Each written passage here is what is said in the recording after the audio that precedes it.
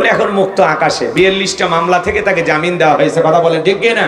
তিনি আজকে বক্তব্য দিতে গিয়ে বলতেছেন, দেন বিভিন্ন মামলায় দিয়েছেন আমাকে, আপত্তি নাই, যে কোনো একটা মামলায় আমাকে ফাঁসিও দিতে পারেন, আমি মামুনুল হক ফাঁসিতে ঝুলতে রাজি, তারপরে শিরিকের সাথে আপোষ করতে রাজি নাই। বলেন আল্লাহু আকবার। আলেমদেরকে মানুষ কলিজাতে মোহাব্বত করে, তার বাস্তব উদাহরণ আল্লামা মামুনুল হক, কথা বলেন ঠিক কিনা? এই যে 3 বছর 1107 দিন, ভালো করে বোঝেন, কারা মুক্তি পড়া হওয়ার পরে আল্লামা মামুনুল হক, যাকে মানুষ ফুলের সংবর্ধনা দেওয়ার জন্য পাগল পারা হয়ে গেছে, আল্লাহু আকবার বলেন। 3 বছর পরে কলিজার টুকরা সন্তানেরা বাবার কোল পেয়েছেন, আদর করতেছেন, যত্ন করতেছেন, ওলামা ইকরাম সবাই যায় ফুলের সংবর্ধনা দিচ্ছেন। যেই হাতে এক সময় ছিল হাত কারা, সেই হাতে এখনো মানুষ দিচ্ছে ফুলের তোড়া, কথা বলেন ঠিক কিনা? লাল কালিজারের শুভেচ্ছা দেওয়া হলো, আমার ভাইয়েরা ফুলের বিছানা পাতা হলো, সেই দিক দিয়ে হেঁটে যাচ্ছে প্রিয় রাহবার শাইখুল হাদিস আল্লামা মামুনুল হক। বলেন আল্লাহু আকবার। যতই অপবাদ দাও, যতই মিথ্যা তহমত দাও, আলেমদেরকে মানুষ কলিজা দিয়ে মোহাব্বত করে, কথা বলেন ঠিক কিনা? প্রিয় শাইখুল হাদিস বক্তব্য দিতে গিয়ে তিনি বলতেছেন, আমি আমার জীবনকে দ্বীনের জন্য, ইসলামের জন্য উৎসর্গ করে দিলাম। বলেন আল্লাহু আকবার। আমি শিরিকের সাথে আপোষ করি নাই, আল্লাহু আকবার বলেন। তিনি শিরিকের সাথে আপোষ করেন নাই। বলে শিরিকের পক্ষে যারা দালালি করেছে, তারা শিরিককে সাপোর্ট দিয়েছে, আর যারা শিরিকের বিরুদ্ধে লড়াই করেছে, এরা হলো প্রকৃত ইসলামের ঝান্ডাবাহী বাহিনী, কথা বলেন ঠিক কিনা?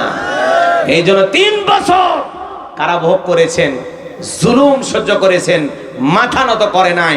সময়ের বীর পুরুষেরা এরকমই হয়। আল্লামা মামুনুল হক তার জ্বলন্ত উদাহরণ, কথা বলে ঠিক কিনা?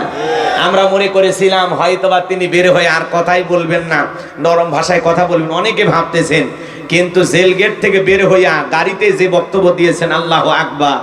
আজকে আবার তিনি তার মাদ্রাসায় তাকে যখন সংবর্ধনা দিল, ওলামা ইকরাম সবাই যখন কথা বলছেন, হাতে হাত রাখতেছেন, মুসাফা করতেছেন, তার সাথে একটু হাতে হাত রেখে মুসাফা করার জন্য হাজার হাজার মানুষ ভিড় করতেছেন। বলেন আল্লাহু আকবার। এই জন্য আলেমদের উপরে জুলুম, নিপীড়ন, নির্যাতন হলে সম্মান কমে না বাড়ে? জোরে বলেন, সম্মান কমে না বাড়ে? এই জন্য ভাইরা আমার, হেরে যাবে ওদের হিংসা, জিতে যাবে আমাদের ভালোবাসা। যতই মিথ্যা ট্যাগ লাগাও, মিথ্যা তহমত দাও, আজে বাজে কথা বলো, আলেমদেরকে মানুষ কলিজাতে মোহাব্বত করে, তার বাস্তব উদাহরণ আল্লামা মামুনুল হক, কথা বলেন ঠিক কিনা? ফুলের আমার ভাইয়েরা অনেকেই নানান ধরনের মন্তব্য করে, নানান ধরনের কথা বলেছে। মনে রাখবেন, হুজুরদের বউ বেশি হতে পারে, কিন্তু বাংলাদেশের কোন আলেম ধর্ষণকারী হতে পারে না, কথা বলেন ঠিক কিনা? আমার ভাইয়েরা, এই জন্য ওলামা ইকরামদের দিল দিয়ে মোহাব্বত করবেন, ভালোবাসবেন। মিথ্যা রটানোর কিছু মানুষ চেষ্টা করবে, মিথ্যা নিউজ কিছু মানুষ প্রচার করবে, এগুলো বিশ্বাস করা যাবে না, কথা বলেন ঠিক কিনা?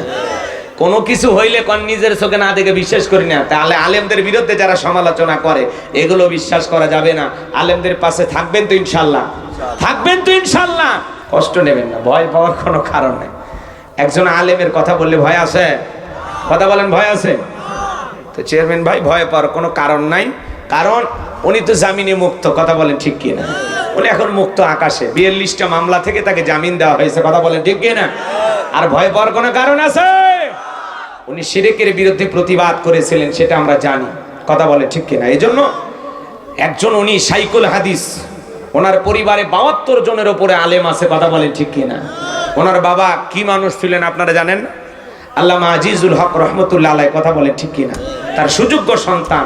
এই জন্য আমরা এই বিষয়গুলো তুলে ধরব, মনে থাকবে তো ইনশাল্লাহ? ভয় পাওয়া যাবে? ভয় পাওয়া যাবে? আলেমদের পাশে থাকতে রাজি আছেন তো ইনশাল্লাহ? যতই মিথ্যা তহমত দেওয়া হোক, মনে রাখবেন, আলেমেরা যেখানেই যাক না কেন, তারা সময়ের সাহসী পুরুষ, তারা বাতিলের কাছে আপোষ করবে না। হাসতে হাসতে তিনি আজকে বক্তব্য দিতে গিয়ে বলতেছেন, দেন বিভিন্ন মামলায় দিয়েছেন আমাকে, আপত্তি নাই, যে কোনো একটা মামলায় আমাকে ফাঁসিও দিতে পারেন, আমি মামুনুল হক ফাঁসিতে ঝুলতে রাজি, তারপরে শিরিকের সাথে আপোষ করতে রাজি নাই। বলেন আল্লাহু আকবার। এই ধরনের ওলামা ইকরাম আমাদের সমাজে প্রয়োজন আছে না নাই? তাহলে আলেমদের পক্ষে কারা কারা থাকবেন? 2 হাত তুলে আল্লাহকে দেখান।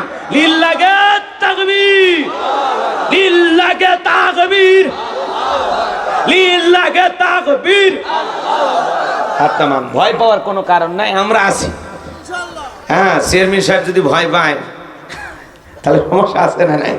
আসলে কি শোনে না, আজকে আলেমদের হয়ে দুই একটা কথা বলে অনেকে মানুষের কষ্ট লাগে, এগুলো আবার বিভিন্ন লোক বিভিন্ন ভাবে দেখে। কিন্তু মনে রাখবেন, একজন আলেম অবশ্যই আর একজন আলেমকে ভালোবাসবে, তার পক্ষে কথা বলবে, এটাই স্বাভাবিক। আমরা চোরের পক্ষে সাফাই গাইতেছি না, ডাকাতের পক্ষে সাফাই গাইতেছি না, আমরা একজন হক্কানি ওলামা ইকরামদের পক্ষে কথা বলতেছি। কথা বলে ঠিক কিনা?